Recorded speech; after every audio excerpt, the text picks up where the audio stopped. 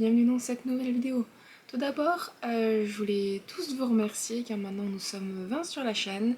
C'est pas grand chose, mais voilà, j'ai commencé comme l'activité à peu près mi-décembre, décembre.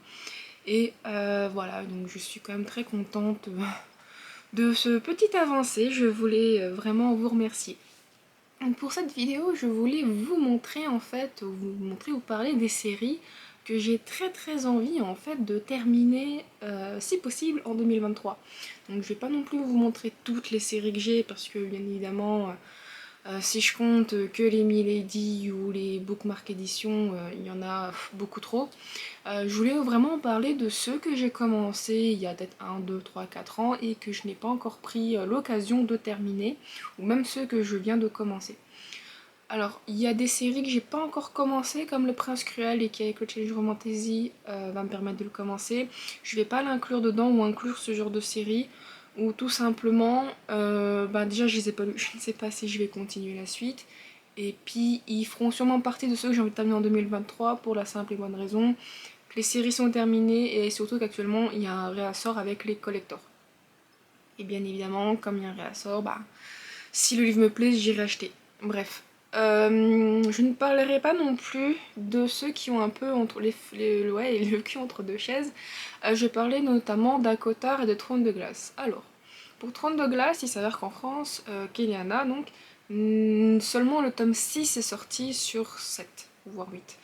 Normalement, c'est 8 en version originale, sauf que le tome 05 n'est même pas prévu par la maison d'édition La Martinière Jeunesse. Donc bon. Du coup, comme c'est pas du tout, même si c'est terminé en VO, ce n'est pas terminé en français, donc je considère que la série n'est pas terminée. Et pour Akotar, ça peut paraître surprenant, mais il s'avère que j'ai vu une information sur Booknode, alors j'espère qu'elle est vraie, pas non plus partager quelque chose de faux, mais il y aurait un tome 5 qui serait prévu. Et donc du coup, Usara Jimas, en fait, elle préférait d'abord terminer Crescent City, ou au moins écrire le tome 3 de Crescent City qui devrait sortir courant 2024, pour ensuite s'amener donc plus à Kotar tome 5. Moi je ne pensais vraiment que la série était terminée, donc je suis assez surprise que ce n'est pas le cas. Donc du coup voilà, ces séries je ne vais pas en parler pour la simple et bonne raison qu'elles ne sont pas vraiment terminées. Je vais vraiment parler des séries terminées. Après, j'ai tellement de séries, il y a des séries que j'ai très envie aussi de lire, mais je sais que ça serait impossible entre les SP, les one-shots, bref. Mais bon, du coup, je vais vous parler des séries que je vais terminer et un petit peu après les séries auxquelles j'ai envie d'être à jour. Donc du coup, commençons par en fait une trilogie. Donc c'est une romance MM que j'ai commencé il y a peut-être 2 ans. Donc j'avais demandé à Noël, le premier tome m'avait beaucoup plu. J'ai demandé la suite et j'ai même en plus exigé que ces livres soient en grand format. Donc voilà, donc c'est L'appel du renard, voilà. Du coup ce tome 1, voilà, donc c'est des Milady. Quand je dis que j'ai exigé, c'est que des fois Milady sort en grand. Donc automatiquement ça a son prix quand même, puis c'est vrai que je me dis 23 €. Pour l'époque, au final, il n'y avait même pas encore ce problème qu'il y a maintenant avec l'augmentation du prix, je me rends compte que ça a un peu son prix quand même est très élevé quand on regarde Code Poche, c'est 8-9 €. Mais bon, du coup, ce premier tome m'avait beaucoup plu. Et du coup, voilà, j'ai acheté la suite. J'ai même rencontré l'autrice à un salon.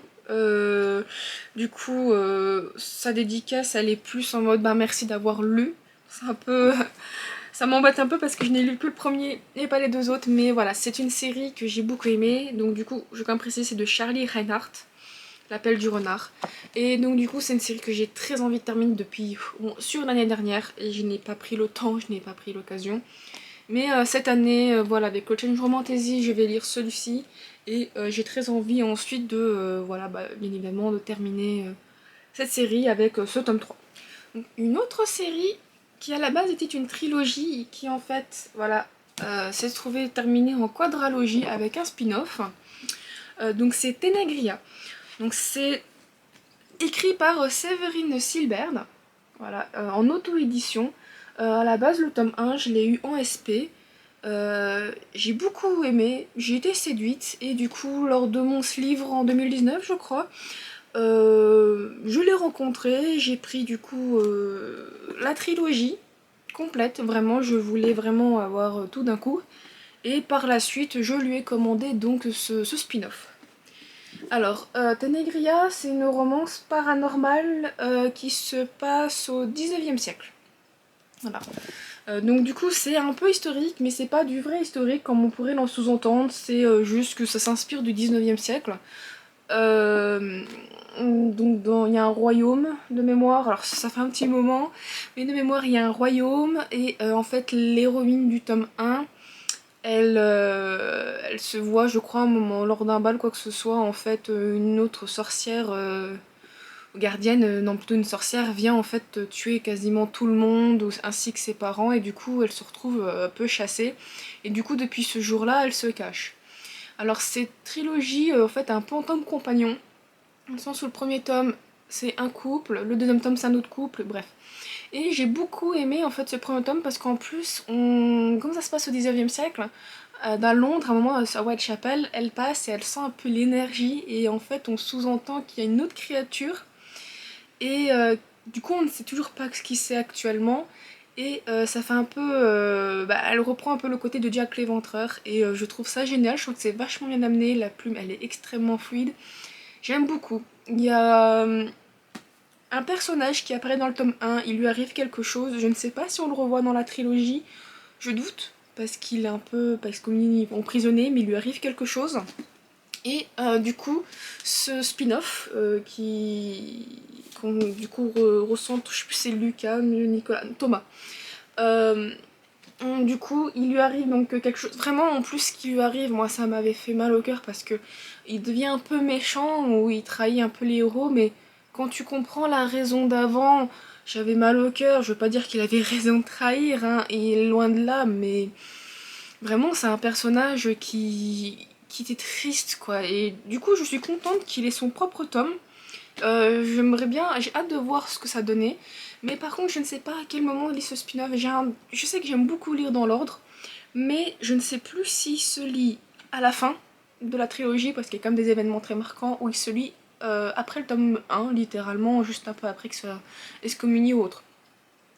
Mais bon, quoi qu'il en soit, voilà, c'est une quadralogie, on va dire ça comme ça, aussi que j'aimerais beaucoup terminer et qui fait partie des séries, ça fait au moins 2 ans que j'essaye de terminer.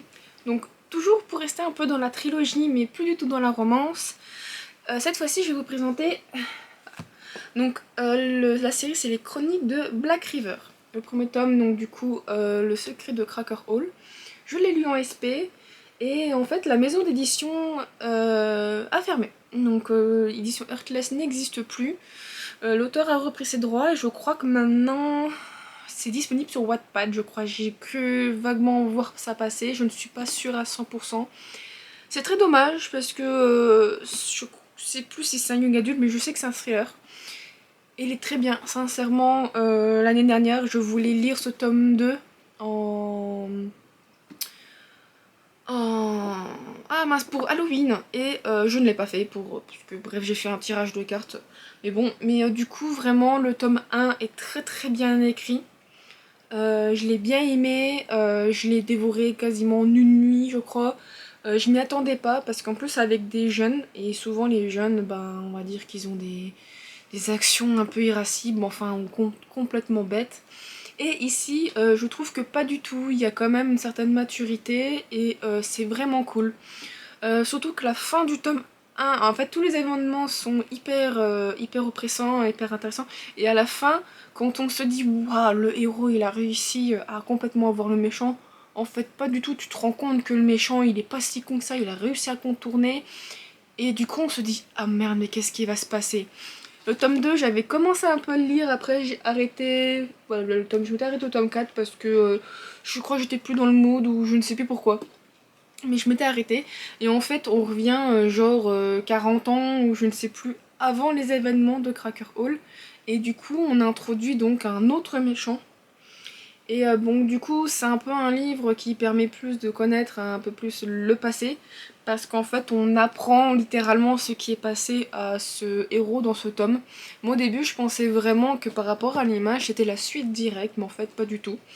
Et du coup, voilà, je pense que vous le voyez, mais ce tome 3 est un pavé, vraiment comparé au... On dirait qu'il a mangé les deux autres, quoi. C'est un truc de ouf. Mais du coup, il reprend directement après le tome 1. Et bien évidemment, il y a toutes les informations qu'il y a dans le tome 2 qui revient ici, parce que du coup, nos héros sont confrontés aux méchants du tome 1 et du tome 2. Et j'aimerais bien la terminer, ça fait un petit moment aussi bien, parce que j'ai beaucoup aimé l'auteur Yann Templé. J'ai beaucoup aimé sa plume, j'ai beaucoup aimé son histoire. C'est un peu dommage donc du coup qu'il n'ait pas retrouvé entre guillemets un succès, notre maison d'édition.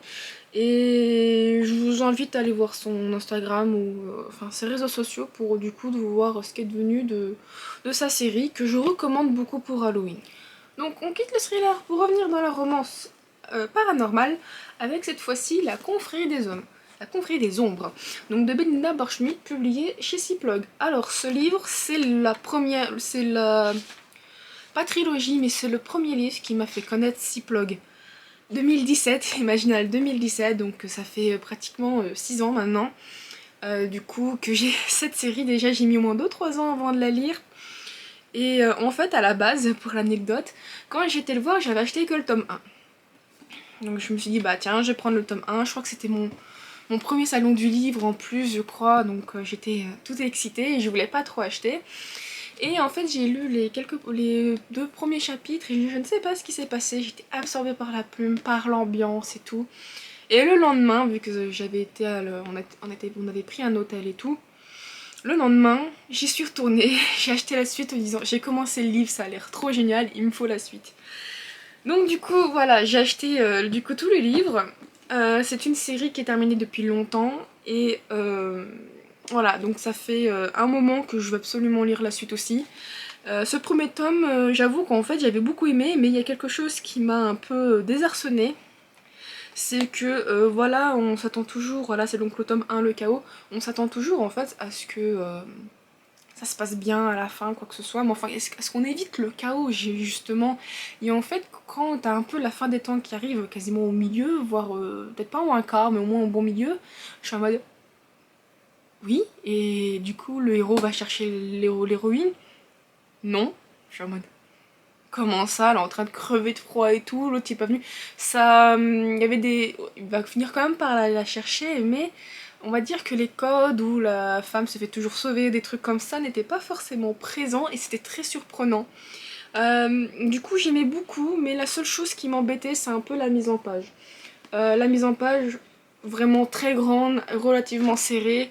Et je vous avoue qu'en fait, comme déjà le code était un peu cassé, au lieu de me dire bon bah le livre se termine à ce moment-là, non, pas du tout. On continue à lire, on continuait, et du coup je ne savais pas où on en était quoi. C'est juste qu'au bout d'un moment je lisais sans savoir où j'allais, un peu comme si voilà on marchait à l'aveuglette. En plus, il y a plusieurs personnages et on suit et on suit donc plusieurs personnages, on ne suit pas que l'héros et l'héroïne, on suit aussi parfois des autres personnages qui apparaissent dans les autres tomes. Et du coup, ben voilà, typiquement, ce tome 2 me fait peur parce qu'en plus, il y a encore la même mise en page. Donc en fait, on a un livre donc, qui est à peu près de 400 pages. On a un livre de 400 pages, mais avec une mise en page très serrée. En fait, si on aurait mis une mise en page qui est par exemple, bah non, celle que Cyploc fait, peut-être que ça aurait fait un 600 pages. Donc du coup, je vous avoue que quand on lit, il faut pas se dire ah il y a que 400 pages, je le termine en temps. Non, non, il faut se dire qu'il y a plus. Et donc du coup, comme il y a la même mise en page, je pense aussi le même style. Celui-là, j'ai très peur de le commencer parce qu'il dit à peu près 650 pages. Je sais qu'en gros, c'est comme si je vais lire un 800 en fait, 800-900 parce que voilà. Mais du coup, voilà. Mais ce que j'aime beaucoup, c'est que ça amène vachement bien l'histoire, ça amène bien tous les personnages. On termine, on a un petit peu le début des autres tomes, comme ici, du coup, on a un personnage qui apparaît vachement tôt dans le tome 1, mais qui a un intérêt dans le tome 1 et dans ce tome 2. Et dans le tome 3, du coup, il va terminer avec les deux derniers persos qui sont techniquement, bien évidemment, pas encore en couple. Et avec tout le reste de pourquoi, voilà, il y a une deuxième espèce, pourquoi, enfin des normes, enfin voilà, il y a plein de choses. Alors c'est une série que j'ai pas terminée, mais le premier tome était très bien et que je recommande vraiment. C'est plutôt paranormal parce qu'il y a une deuxième espèce, même si ça fait presque alien. Je me souviens plus, ça fait un long moment. Et c'est aussi apocalyptique parce qu'il y a vraiment une fin des temps qui arrive où justement c'est la race des Délices qui du coup fait en sorte que c'est la fin de l'ère humaine et que ça soit eux du coup qui reviennent à maître de la planète. Et en fait on apprend que les Délices ne peuvent pas se mélanger aux humains, dans le sens ils peuvent pas avoir d'enfants, sauf que bien évidemment je pense que ça arrive, hein, il y a bien un moment donné où en fait, mais il y a tout quelque chose, enfin ça spoil peut-être un peu, mais il faut savoir pourquoi il y a un enfant quand même, parce qu'il y a tellement autre chose qui tourne autour que voilà.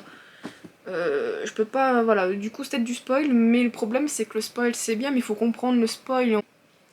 Ah, la caméra a coupé, bref. Du coup je disais, mais il faut comprendre pourquoi en fait ça... pourquoi en fait, voilà, donc ouais, je sais même plus. Donc je disais, ouais, même si je vous spoil un peu en disant qu'il y a bien un bébé qui arrivera, il faut comprendre aussi pourquoi et les circonstances, parce que j'avoue qu'il y a beaucoup de choses qui entourent ce bébé, parce qu'on a l'apparition d'une prophétie, d'une déesse et tout, et du coup, voilà, même si c'est un peu de spoil, je vous assure qu'il faut vraiment lire pour comprendre et savoir pourquoi il y a bébé, quoi. Une autre série de chez Ciplox et plutôt Les Immortels. Alors, Les Immortels, j'ai pas fait exprès de traîner. Mais disons que donc le premier tome, je l'ai lu en SP en 2018. Coup de cœur. Je le dis clairement, coup de cœur. Il faut s'armer d'un paquet de mouchoirs. Moi personnellement, j'ai dû aller me chercher un paquet de mouchoirs. J'ai chialé en plein milieu. C'était vraiment magique. C'est Eve. Je crois que c'est Eve l'héroïne. J'ai un dossier sur Eve. Elle a vraiment un caractère fort. C'est vraiment la femme forte, mais on sent qu'elle de... C'est pas la femme forte un peu comme je dis, un peu la chieuse que la connasse. Non, c'est vraiment un vrai caractère fort parce que le monde est dur et il faut être fort dans ce monde dur. Euh, du coup, voilà, c'est donc un livre qui se... Donc c'est une romance, bien évidemment, c'est Ciplogue. Une romance donc paranormale parce qu'il y a des vampires, des loups-garous, mais ça se passe après un peu une guerre, pas nucléaire, mais... je sais plus exactement, c'est expliqué voilà, dans le prologue, et en fait il y a un gros problème qui s'est passé. On sent que toute la civilisation est un peu sans dessus dessous, mais enfin il y a beaucoup de révoltes et ce genre de choses. Les gouvernements commencent à tomber les uns après les autres, ça devient l'anarchie complète, et certains décident même de balancer euh, une bombe avec des chimiques, avec des ingrédients chimiques en fait pour essayer de contrôler la population, sauf que ça nique tout et du coup tout est désolé, tout est un peu tombé. Il reste quand même voilà, des nightclubs, des trucs comme ça qui essayent de survivre, mais bien évidemment c'est très très apocalyptique. Et en fait il s'avère que les immortels qui étaient là bien avant nous, pas bien avant nous, mais qui du coup existaient avant ce monde apocalyptique, on finit par se dire bon les humains vous faites de la merde, il y en aura le cul, on prend le relais. Donc du coup c'est là que Eve va rencontrer donc le vampire, c'est Ludric, je crois. Si je me trompe pas, ça fait un petit moment que je l'ai lu. Et du coup j'ai traîné en fait pour... Ma caméra a lâché parce que panne de batterie, j'ai un petit peu attendu mais c'est pas ouf, j'espère que j'arrive à la terminer, bref. J'ai mis un gilet parce que du coup je m'appelle les miches, bref. Du coup je parlais donc des immortels, je sais même plus où je me suis arrêtée. Mais bon du coup c'est un tome, en fait j'ai attendu, je crois que j'ai acheté la suite à chaque fois qu'elle sortait. Du coup voilà, j'ai attendu d'un moment que le tome 4 soit sorti. Donc pour pouvoir me dire je vais le lire d'un coup. Je vous avoue que je vais encore attendre un peu avant de commencer parce que j'ai acheté les reliés. Il s'avère que les reliés sont des relativement des collecteurs chez Ciplogue. Et ça fait peut-être 2 mois que je vais les attendre, j'aurais dû les recevoir plus tôt, ils ont eu des problèmes avec l'imprimeur. Et du coup là je leur ai dit que les défauts existants ça me dérangeait pas. Je sais que normalement l'expédition se fera après le 16 février. Donc du coup je devrais les recevoir au courant de ce mois-ci, on verra bien au moment du book haul. Bref.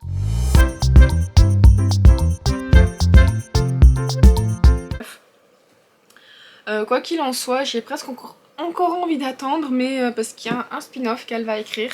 Je crois que c'est sur les loups, parce qu'on voit du coup un premier clan de loups dans le tome 1. Mais bon bref, je vais pas non plus trop attendre, et au pire des cas, bah, j'irai le brocher quand il sera publié.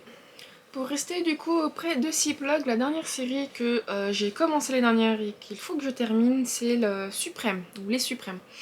Donc j'ai lu le premier tome en SP, je l'avais acheté. Je crois que je l'ai encore quelque part, mais en fait, il s'avère que le premier tome, j'avais beaucoup aimé la construction, toute l'histoire et tout, sauf que la fin m'a déçue en fait, et j'ai l'impression qu'on recommençait la lecture comme si ce que j'avais lu ne servait à rien. Et que du coup, le deuxième tome, on va recommencer, mais d'un autre point de départ, on va recommencer depuis le début. Donc du coup, c'est même ce qui m'a mis un petit peu un haut là sur les duologies, parce que je me suis dit, si toutes les duologies ont un peu la même construction, ça va pas aller. Je sais même pas si j'ai relu des duologies depuis, mais quoi qu'il en soit, quand j'ai vu le SP pour le deuxième tome, je vous avoue que j'étais en mode... Mais il faudrait quand même que je lise quand même aussi bien la suite pour savoir ce que ça donne, que j'aille au-delà de ce un peu mauvais avis que j'ai eu. Et donc du coup voilà, j'ai très envie de lire donc Suprême, je ne sais plus du tout qui l'a écrit. Bah bien évidemment je mettrai là comme il faut d'habitude, oula je sais plus, chaque fois je fais comme ça. Bref. Donc du coup, voilà, donc c'est une autre duologie que j'ai très envie de finir. Donc cette fois-ci, c'est plutôt une trilogie qu'une quadralogie. Donc c'est le Clantaran de K. Sangil, donc qui était publié à la base chez Lune Édition Écarlate, qui a fermé pour moi. Mais après quand je fais des recherches, en fait, je vois que ce livre est à peu près encore en vente, parce que moi quand je l'avais acheté, c'était les derniers, je crois, bref. Je vous avoue que là-dessus, je comprends pas trop si c'est encore publié, pas du tout, si bref, quoi qu'il en soit. Donc le clan Taran, j'avais lu le tome 1 et le tome 2 en SP, le troisième je l'avais reçu aussi, chose que j'avais autre chose à faire, et entre temps la maison d'édition a fermé. Et quand j'ai voulu lire enfin ce tome 3, j'ai eu un gros problème en fait avec le fichier. Tout simplement, il était mal fait. En fait, j'avais tout en fait, sur une page, le texte était empaqueté, mais plus qu'empaqueté, il était même l'un sur l'autre. Et malgré mes modifications avec la liseuse, j'ai remettre plus petit, la police, agrandir la page, l'interligne, quoi que ce soit, j'ai pas réussi à remettre le fichier en norme. Donc du coup, j'ai été directement l'acheter à l'intégrale, je crois qu'il m'a coûté bah voilà, 30 €. Ça fait 10 € le livre. Donc du coup, je l'ai pris et voilà, j'ai même mis le marque-page pour pouvoir commencer la lecture. Et du coup, voilà, donc j'avais beaucoup aimé le tome 1, le tome 2 un petit peu moins. Et en fait, voilà, au début, on suit une romancière, je m'attendais un peu à une romance paranormale, on va dire tout en somme classique. Sauf que non, il y a d'autres choses derrière. On apprend un peu plus tout sur le côté vampirique. Voilà, bref, et du coup, ce qui est pas mal, c'est aussi par exemple le nom des tomes. Le tome 3, je sais que c'est le damné, le tome 1 c'est la romancière parce que en fait c'est la première, ou grâce à un peu à elle, ou la première qui rentre dans le clan. Le tome 2, je sais plus si c'est la guerrière ou quelque chose comme ça. Et en fait il s'avère que... ou non, je crois que c'est la sœur. Et en fait il s'avère qu'il y a un moment donné, bah, justement la sœur du héros finit par rentrer dedans, dans le clan. Et le damné, je crois que c'est un peu le dernier, je pense que c'est le dernier personnage qu'il a recruté et qui est pas encore, qui est dedans, mais on n'a pas encore vraiment vu.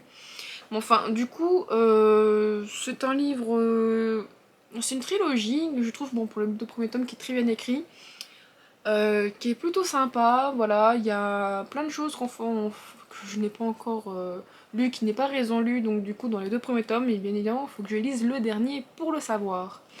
Donc du coup voilà, ça fait moins 3-4 ans plutôt que j'ai très envie de terminer cette trilogie, que je n'y arrive pas, et j'aimerais beaucoup y arriver cette année. Cette fois-ci on passe chez Bookmark Edition, avec la série de Laura Thalassa. Ah, j'ai déjà mal. Enfin voilà, donc les 4 cavaliers. Il s'avère que, je ne sais pas pourquoi, mais je pense savoir si, pourquoi, j'aime énormément en fait le thème, oui, les thèmes sur les cavaliers de l'Apocalypse. Certains y arrivent bien, d'autres non. Et en fait, cette série-là y arrive plutôt bien. Donc le premier tome est Pestilence. Et en fait, voilà, je l'ai énormément aimé. C'est un ennemi to lovers avec un slow burn. Mais du coup, il faut quand même apprécier des gens qui n'ont pas du tout apprécié, bien évidemment. Moi, quoi qu'il en soit, j'ai adoré ce tome 1. Je l'ai trouvé hyper attachant. Bien évidemment, après le tome 1, bah, le tome 2 avec Guerre, qui reprend un peu les mêmes codes, hein. Ça reste des cavaliers, en fait c'est un peu la fin du monde, donc c'est un peu post-apocalyptique, où du coup bah, l'électricité ne fonctionne plus, et en fait le premier cavalier déjà arrivé est Pestilence. Donc le but est de, entre guillemets, détruire l'univers, pas l'univers, mais entre guillemets, voilà, c'est de tuer l'humanité, ça apporte la fin de l'humanité. Et du coup, l'héroïne du tome 1 va essayer d'empêcher Pestilence. Sauf que elle y arrive pas, il va tenter de la punir, mais on se rend compte qu'en fait, il y aurait des. Comment qu'on appelle ça des interventions divines. C'est pas vraiment des interventions, mais c'est plus des messages. Enfin, il y a des messages qui apparaîtraient, qui l'empêcheraient en fait de la tuer. Et puis, du coup, au début, il a fait souffrir avant, ben, finalement, en fait, chacun de tomber amoureux. Il y a un petit épilogue à la fin où du coup bah du coup ça se passe quelques temps après et en fait il sent l'arrivée de Guerre. Donc du coup voilà Guerre, c'est aussi un peu le même principe, c'est aussi donc Pestilence arrive aux États-Unis, Guerre arrive dans le Moyen-Orient. Je sais que l'héroïne est israélienne, donc il arrive à un moment donné en Israël, mais je sais plus si genre il a commencé à arriver en Syrie ou ce genre de pays.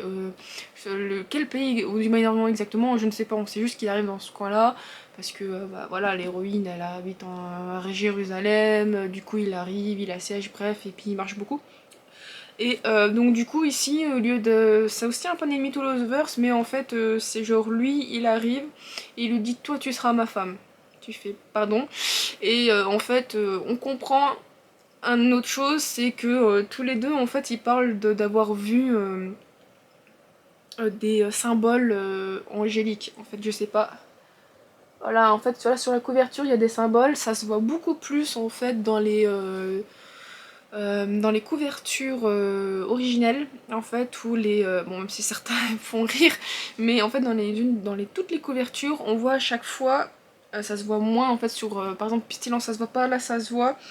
La famine, si je vous le montre un peu plus, voilà, il y a des glyphes un peu verts, voilà, et en fait il y a une écriture angélique qui apparaît sur une cicatrice donc de Myriam, donc c'est le nom du personnage.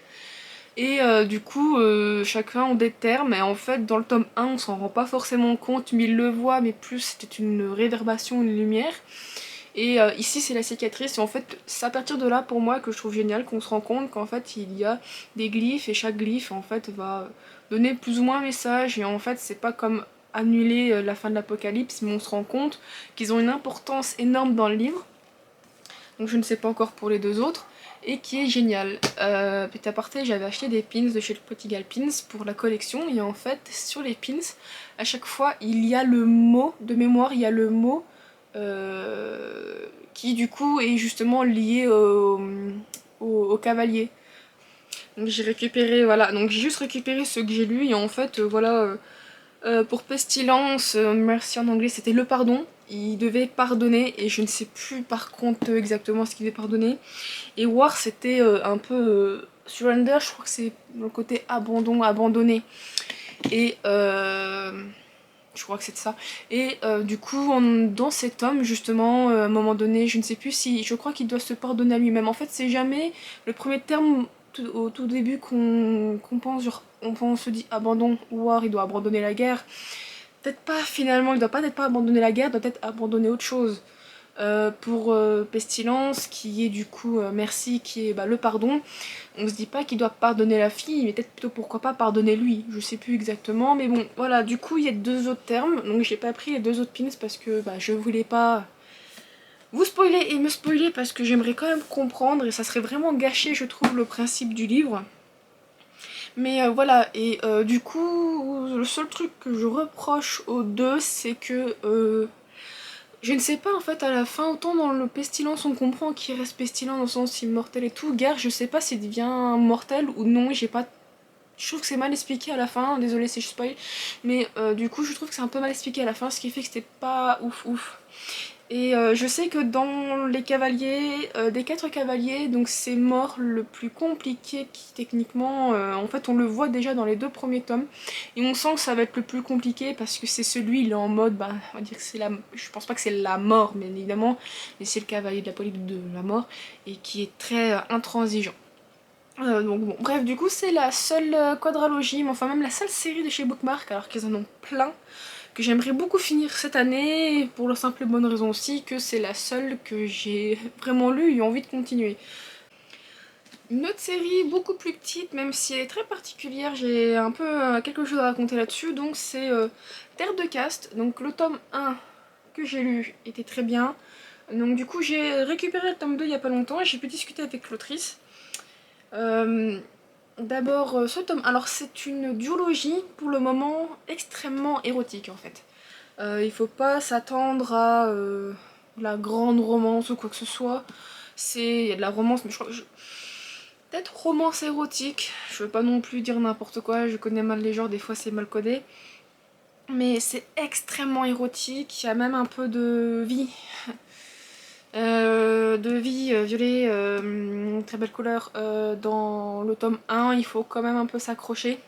C'est une romance MM. Et ouais, très très érotique. Du coup, le tome 2, bah, je l'ai eu il y a pas longtemps. Il faut que je prenne le temps de le lire aussi. Et il s'avère qu'en fait, même si cette duologie, je la termine, en fait, j'ai appris qu'elle servira plus de préquel parce que l'autrice va sûrement en faire une suite, mais qui se passera des années plus tard après celle-ci. Elle va reprendre son système de terre de caste qui est très bien réfléchi, très bien fait, je trouve vraiment, pour faire quelque chose d'autre et plus développé. Elle m'a dit que ça ne se concentrera pas du tout sur les mêmes personnages, il sera moins érotique, il y aura plus de développement, et se passera, je ne sais pas si c'est au même moment mais avec d'autres personnages ou quelques années après. Je vous avoue que je m'en souviens plus, et que bien évidemment j'attends. Elle m'a dit que cette série sera toujours publiée, sauf que je ne sais pas si elle va modifier le fichier ou qu'elle le mettra dans les autres comme ça, un petit attention. Dans le sens où ben, ça reste dans le même univers, mais il n'y a pas du tout, bah, comme j'ai dit, voilà, très érotique, et je crois que la suite sera un peu moins érotique. Donc une série très gourmande que j'aimerais énormément lire cette année, mais je veux pas dire que j'y crois pas. Mais en fait, il s'avère que c'est une série où il y a quand même une logique en fait. Donc j'en ai déjà parlé dans un vlog, c'est la série Changeling. J'ai lu l'acte 1 qui était très court. C'était 70 pages, mais 70 pages de pur plaisir, vraiment bien écrit, bien construit. J'ai compris l'univers, il est facile de compréhension. Vraiment, je n'ai pas trouvé de défaut. Des fois, c'est vrai que généralement, plus c'est court, moins il y a de développement et moins c'est compliqué à trouver en termes de défauts. Sauf que là, il y en a certains même défauts, 70 pages, ils se chient. Là, pas du tout. C'était vraiment bien.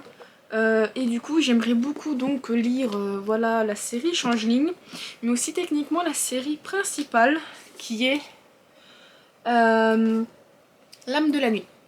Voilà, donc il y a un ordre de lecture. Si ça peut intéresser, j'en ai fait un post sur mon blog.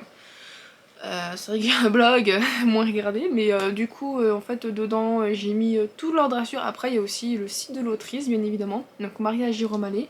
Elle s'auto-publie, même si certains peuvent l'avoir connue, je crois, édition Chat Noir. Je ne sais plus du tout, j'ai un doute. Je sais plus si c'est édition du Chat Noir ou c'est quelqu'un d'autre. Peut-être quelqu'un d'autre. Je mettrai ici, bien évidemment, la correction. Hein. Et du coup, en fait, il y a un collector, donc j'en ai déjà parlé dans un vlog, je vais pas non plus en reparler. Mais du coup, c'est une série, j'ai lu le premier tome de Changeling, et j'aimerais énormément lire, bien évidemment, la série principale et tout le reste. J'ai très envie de retourner voir, du coup, donc c'est Rosa, donc le phénix, savoir du coup qu'est-ce qui est arrivé aussi au tigre, je ne sais plus le nom du personnage, mais au tigre-garou. Du coup, bref, excusez-moi pour la caméra, mais ouais, donc du coup, c'est une série, voilà, où le tome 1 est vraiment magnifique. Bon ben du coup il n'y a pas de collector, mais c'est l'avantage quand même, ce qu'elle fait, c'est qu'on peut acheter les actes 1 et 2. À la base j'avais acheté par exemple la série principale en duologie, et ben quand j'ai vu que les collecteurs étaient là, j'ai réussi à les revendre. Et bon du coup voilà. Ça fait beaucoup de lectures parce qu'en soi c'est une très très grosse série. Ça va demander beaucoup de temps, même si je pense que vous avez vu, le acte 1 était court, du coup bah, l'acte 2 est court aussi. Et là on commence à se dire l'acte 3, l'acte 4 au vu de l'épaisseur à faire un peu plus. L'acte 5 et 6, voilà, c'est juste énorme quoi. Il y a un petit recueil aussi, même s'il sera certes plus court, qui vient aider un petit peu à mettre un peu plus de connaissances dans l'univers. Et voilà, bien évidemment, les autres tomes. Donc que j'ai déjà montré, le tome 1, le tome 2. Voilà, ils sont vraiment magnifiques. Hein, ils sont très très beaux, je regrette pas de les avoir. Quoi. Donc le tome 3, le tome 4 et le tome 5. Donc du coup c'est voilà, une série où je suis peut-être un peu trop gourmande avec tout ce que j'ai déjà à lire, CSP, bref. Mais c'est une série que j'ai très très envie de lire. Au moins si possible peut-être lire la moitié de chaque. Je peux pas dire que j'y crois pas, mais bref. L'univers a l'air vraiment énorme, elle a même fait un petit artwork. Elle a pas fait un artwork, elle a fait un artbook avec des artworks et du coup on peut mieux aussi s'imaginer comment elle imagine plutôt les créatures de son monde. Bref, du coup ça c'est vraiment les séries que je voulais absolument terminer et qui peuvent être terminées parce que je sais que les séries sont finies. Comme j'ai dit plus haut, il y a des séries que j'aimerais beaucoup terminer et lire cette année, que c'est pas faisable, comme par exemple Akotar ou Tourne de glace que j'ai parlé beaucoup plus tôt. Je ne parle pas bien évidemment non plus de tout ce qui est comme par exemple le Prince Cruel, hein, donc j'en ai déjà parlé parce que je n'ai pas encore lu et du coup ça ne peut pas compter dedans. Il y a des séries que j'aimerais relire et être à jour, donc je vais quand même un peu vous en parler. Une série que j'aimerais être à jour, même le tome 8 vient de sortir, donc c'est la série Nefasta. Il s'avère que donc j'ai lu le tome 1, je crois à sa sortie, j'ai lu le tome 1 en SP. Je ne sais pas qu'est-ce que ma caméra a coupé comme ça, il faudra que je regarde, je crois que j'ai changé la qualité, ça a dû changer aussi le temps, mais enfin au bout de 10 minutes ça fait au revoir, bref, c'est chiant. Et donc du coup, je disais oui, pour Nefasta, j'ai lu le tome 1 qui était génial. Sauf que ben, j'ai continuellement acheté la suite, voire même un petit peu, lorsque les livres étaient abîmés, je les ai quand même pris. Et je n'ai jamais lu la suite. Donc c'est peut-être une erreur de ma part, je pense que peut-être que vous le savez à force de regarder mes vidéos, j'ai tendance des fois à acheter les livres alors que je n'ai pas forcément la suite, ou bref. Et donc ici, voilà, j'ai très envie donc de lire la suite. Je peux pas sortir parce que je vais plutôt faire autrement.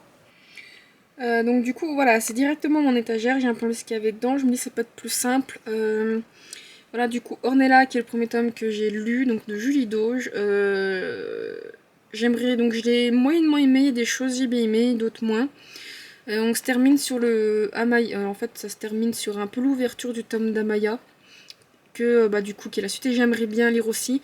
Mais enfin du coup en fait tous ces personnages, voilà, Reina, Althea, je sais plus si c'est Ariana ou Oriana, je crois que c'est Ariana, sous Ariel, il y a du coup le tome 8 qui vient d'apparaître et qui est Liliana.